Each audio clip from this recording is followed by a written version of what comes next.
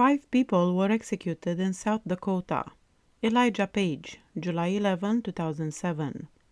3 people were found guilty of torturing and killing Chester Paige, Elijah Paige, Briley Piper, and Darrell Hoadley. Hoadley was condemned to life in prison, while Paige and Piper received death sentences. As the first person to be put to death in South Dakota since 1947, Paige was executed on July 11, 2007 by lethal injection. Piper is still on death row and is actually the only person left on death row in South Dakota. Elijah Paige was born in Titusville, Florida. He relocated to Kansas City, Missouri with his family when he was still a small boy. It has been said that Paige had an extremely difficult upbringing. He and his family were homeless and didn't have access to utilities or heat in abandoned properties where they used to find shelter. Additionally, when he was just 2 years old, his mother is said to have essayed him. Paige forfeited his opportunity to have a jury decide his punishment when he entered a guilty plea to Paige's death. Judge Warren Johnson sentenced him to die on February 16, 2001. By August of 2006, Paige had given his lawyer the order to cease all appeals and simply carry out his execution. He allegedly declared that he was sick of leading a life of a condemned person. Paige expedited his execution by foregoing his appeals. He was supposed to be put to death on August 29, 2006. However, due to a technicality with the execution drugs, Governor Mike Rounds postponed the execution until after July 1, 2007. On July 11, 2007, Paige was put to death by lethal injection at the South Dakota State Penitentiary in Sioux Falls. He was the first person to be executed in the state in more than 60 years, and the first since the state brought back the death penalty in 1979. Since his execution, no one younger than Paige has been put to death in the United States. At 25, he is also the youngest person to have been put to death in South Dakota in the modern era. Steak, onion rings, jalapeno peppers, salad, and ice cream were his last meal. He had no last words. Eric Donald Robert, October 15, 2012. During a failed attempt at escaping prison, he killed a jail guard by beating him with a pipe and covering his head with plastic wrap. Robert attempted to break out with fellow prisoner Rodney Berget while serving an 80-year sentence for kidnapping. On the morning of his death, which coincided with his 63rd birthday, Guard Ronald Johnson was working by himself in the prison's Pheasantland Industries, where prisoners work on projects like upholstery, signs, customized furniture, and other things. After beating Johnson, Robert dressed in his pants, jacket, and a cap before going to the west gate of the prison. Head bowed, he rolled a cart that held 2 boxes. A report submitted by a prison staff member following the murder stated that Berget was hiding in one of those boxes. As the man approached the gate, other guards started to suspect something. Robert beat one guard when he was confronted. Additional guards soon arrived and took both prisoners into custody. A judge was informed by Robert months later that his only regret was not killing more guards. He told the judge that he would kill again if he didn't receive the death penalty after entering a guilty plea to the murder of Johnson.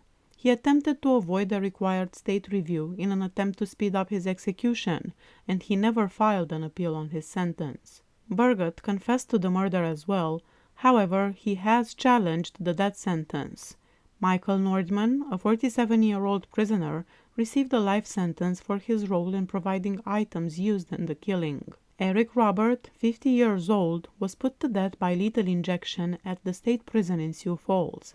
He was pronounced dead at 10:24 p.m. His last words were, "In the name of justice and liberty and mercy, I authorize and forgive Warden Douglas Weber to execute me for my crimes. It is done." Robert had a last meal of ice cream, then fasted. Rodney Scott Berget, October 29, 2018. After fighting his death sentence for a long time, in a February 2017 letter to the court, Berget told Hoffman that he didn't want to resist anymore and asked to withdraw his habeas corpus plea and face his punishment. Rodney Berget, 56 years old, received a lethal injection of an undisclosed drug for the 2011 slaying of Ronald Johnson. His execution was delayed for a few hours as a last-minute appeal was submitted. Berget joked in his last words about the wait, saying, "Sorry for the delay. I got caught in traffic. I love you, and I'll meet you out there." While saying that, he appeared to be giving a peace sign with his left hand. At 7:25 p.m., when the medication was beginning to be administered, Berget stretched out his chest and moaned. He dozed off, snoring for a little while before closing his eyes. It was 7:37 p.m. when he was declared dead. Berget's last meal was buttermilk pancakes, waffles, maple syrup, butter, breakfast sausage, scrambled eggs, French fries, Pepsi, and cherry nibs licorice. Donald Eugene Mher, October 30, 2012. Donald Mher was tried, convicted, and sentenced to death for the 1990 essay and murder of Rebecca O'Connell. Rebecca O'Connell, a 9-year-old from Sioux Falls, was last seen on May 8, 1990 in the evening. Her body was discovered the following day in a South Dakota woodland region in Lincoln County by 2 guys. She had been assayed, and an autopsy found that she had also suffered knife wounds to her neck, back, shoulder, chest, hips, arms, and hands. A jugular vein severed caused her death, according to a pathologist's conclusion. Becky had gone to buy sugar from a convenience store to make lemonade when Mher kidnapped her. In order to raise the money to travel the 1,400 miles from her home in New York to Sioux Falls, where the execution was to take place, Becky's mother, Tina Curl, tried everything from hosting fundraisers to selling personal items.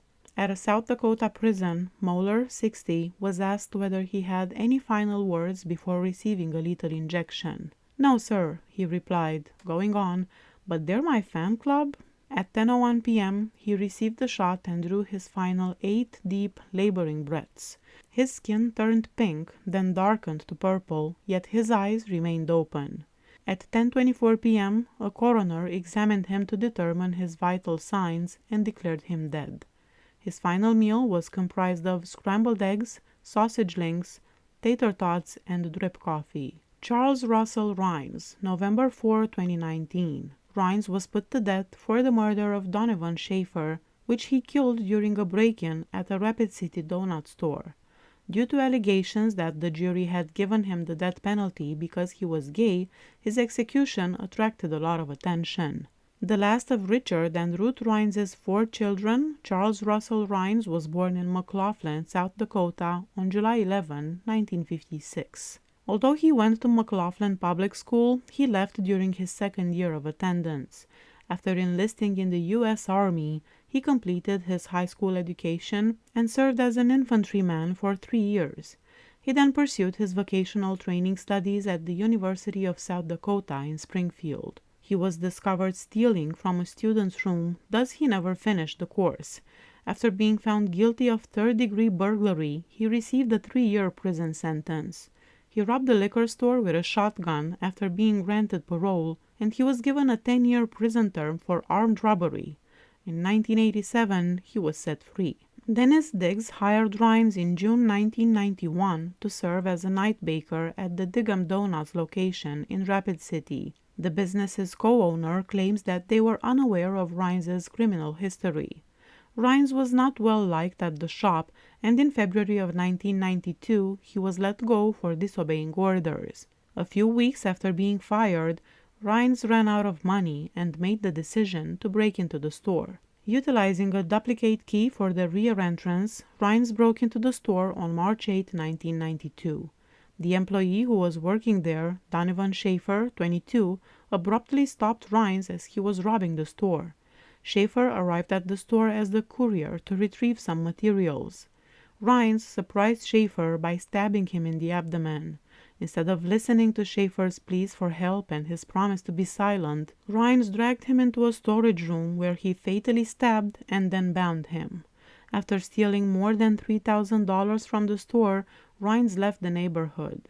A funeral was performed when Schaefer's body was discovered. Ryes and his roommate went to that funeral. A few days later, he left South Dakota and traveled to Washington. He was taken into custody in Seattle on June 19 and did not return to South Dakota until August 13. On January 26, 1993, Ryes received a death sentence. The 12 jurors concluded that Ryes ought to receive the death by lethal injection. They discovered 3 factors that made the murder more aggravating. Ryes had murdered a witness to a crime, killed for financial gain, and the murder was cruel or revealed mental depravity. Ryes slumped forward and put his head in his hands after the decision. Ryes did not claim that he was innocent, but he did say that since his crime was not more serious than that of dozens of other killers in the state, he should not have received the death penalty. Ryes enumerated 17 other South Dakota murderers who were found guilty but were spared the death penalty in a letter he wrote in 2014.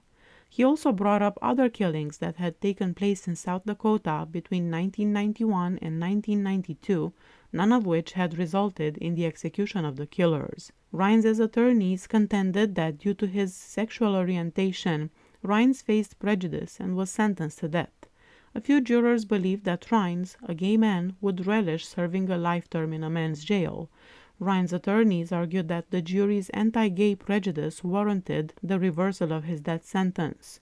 They claimed that this went against his rights to due process and an unbiased jury. These arguments were ultimately dismissed. Ryes was put to death by lethal injection at the South Dakota State Penitentiary in Sioux Falls on November 4, 2019. At 7:39 p.m., his death was pronounced. He thanked his legal team and expressed forgiveness to Schaefer's parents in his final words. His last meal was comprised of black licorice, lefse, and yogurt. Please hit that subscribe button if you like my channel. See you next time. Bye bye.